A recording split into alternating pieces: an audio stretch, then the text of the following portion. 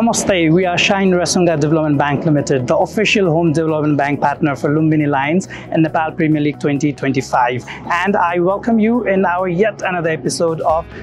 #Shining Moment with Lumbini Lions. In this episode, we have former national cricketer and the coach of Lumbini Lions, Mr. Shakti Goshen, with us. Let us welcome to this legendary cricketer and the present coach of Lumbini Lions in this episode. Thank you so much for joining us, Shakti. It's a pleasure to have you. हजुरलाई हाम्रो first question तपाई Lumbini Lions को coach हुनुहुन्छ हैन so as a coach यो team को स्ट्रेंथ्सहरु के हो शेयर गरिदिनुस् न एक्चुअली चाहिँ स्ट्रेन्थको कुरा गर्नु भने त हाम्रो चाहिँ अहिले राम्रै शेपमा छ ओभरअल एउटा राम्रो प्याकेज छ चाहे बलिङ हो ब्याटिङ हो या फिल्डिङको कुराहरु भने चाहिँ अब त्यो मेन त डिसाइड त हाम्रो सेन्टर विकेटमै थाहा हुन्छ जब हाम्रो चाहिँ फर्स्ट म्याच खेल्छु हैन तर ओभरअल चाहिँ अहिलेको सिनारियो हेर्दा फेरि चाहिँ वी आर भनौं न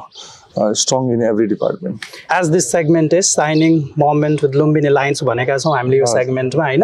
हजुरले आफ्नो एउटा यस्तो मोमेन्ट शेयर गरिदिन सक्नुहुन्छ आफ्नो लाइफको आफ्नो करियरको पर्सनली होस् या प्रोफेसनली जसलाई फर्केर हेर्दाखेरि तपाईले yes this was my shining moment भनेर एकदम ह्यापीली सम्झिनुहुन्छ एकदमै अफ कोर्स जहिले पनि भनौं न कुरा आउँदा फेरि मनमा चाहिँ त्यही 2014 को जुन नेपालले चाहिँ